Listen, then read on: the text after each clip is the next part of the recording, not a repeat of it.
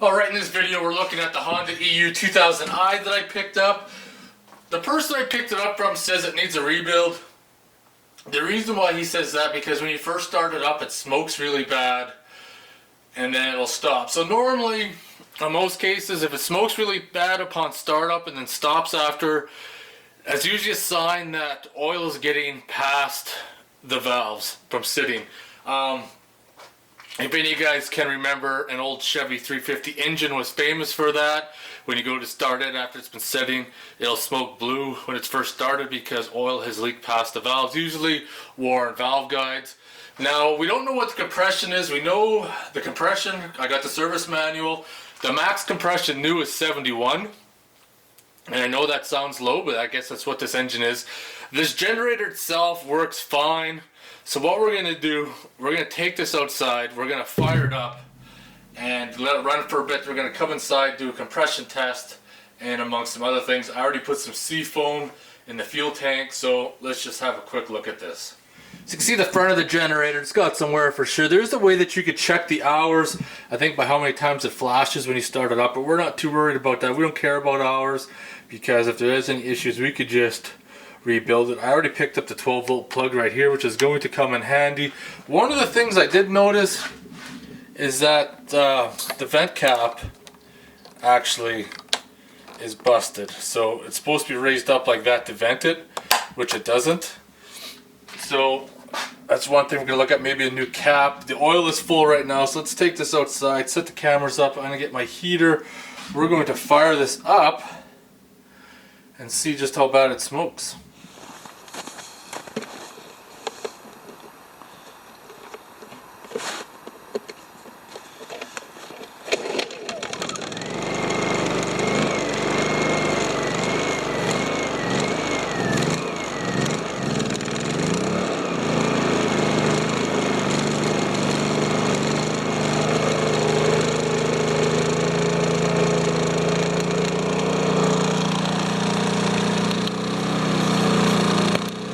It's puffing a little bit of blue, but nothing serious.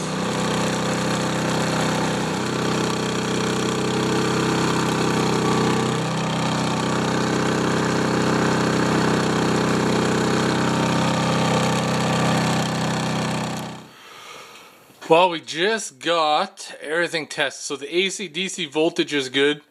Noise level seems a little high. Might have to look at the exhaust, but first thing what we're going to do first is do the valve timing. So we know the compression is maximum 71, so we're going to do a compression test. And the spark plug on these things is actually, you just got to pull that cover off on the side here, and that's where your spark plug is. So we're going to do a compression test. Runs a little rough at idle. So, you know, the fuel's old for one thing. But we are going to take that carburetor apart and just kind of have a look inside. Maybe it's dirty, so we'll clean that up. But first, let's do that compression test. Well, I just pulled the plug out and it looks pretty good.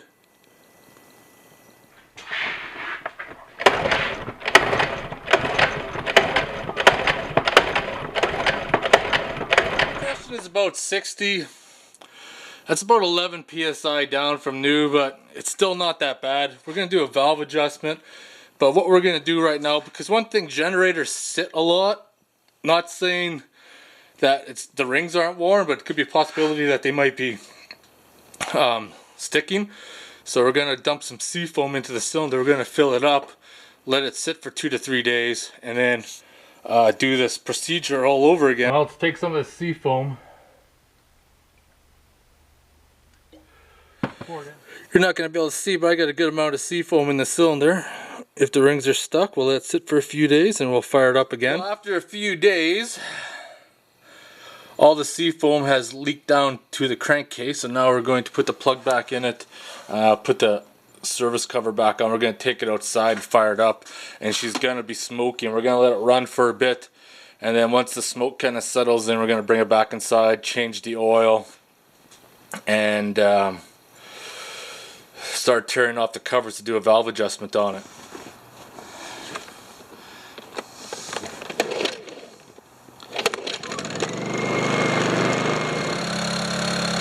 Well, valve didn't smoke at all, to be honest. That's kind of odd. I was expecting it to. This is what I mean by idle's rough.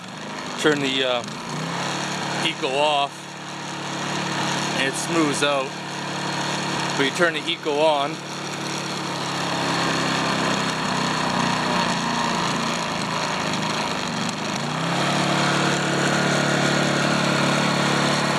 I think running it and putting seafoam in it changes compression.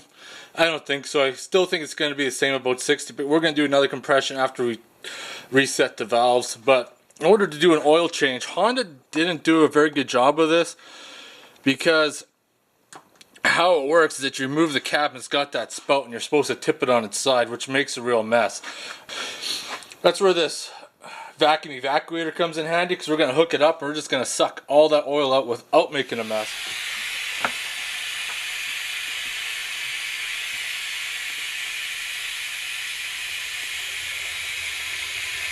What I really care about is to pull the bowl off and then push that little brass vent tube out and have a look at it. You're not going to see too well on your end, but all I want to check is in that tube to make sure all those holes are free. So that's a good indication that the rest of the carb is clean inside as well. Takes about half a liter of 10W30.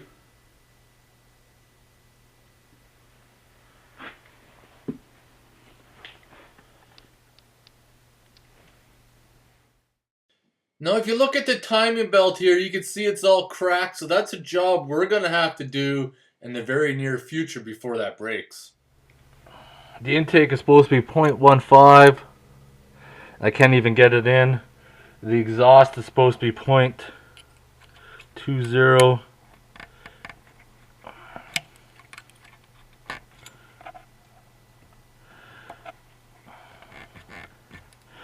Actually, the exhaust doesn't feel too bad. I might just set it up anyways, but the intake... yeah, the intake is tight. Well, this thing's been turned off for a while, so it'll probably take a little bit to get her started.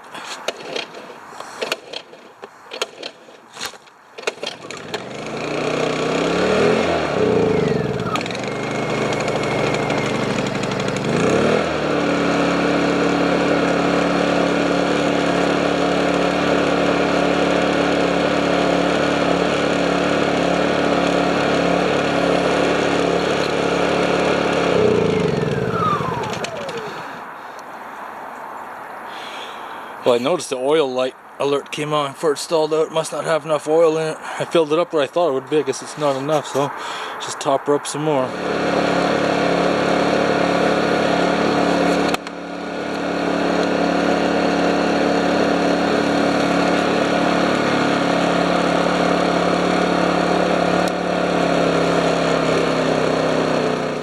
Well, we're pretty much done with the Honda generator, what I could find and what needs to be done.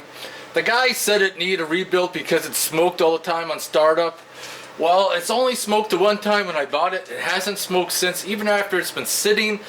And it stopped smoking after it ran for a while, so could be worn valve guides. Now we took it apart, we set the valves. So the valves are set now because they're supposed to be set every 200 hours.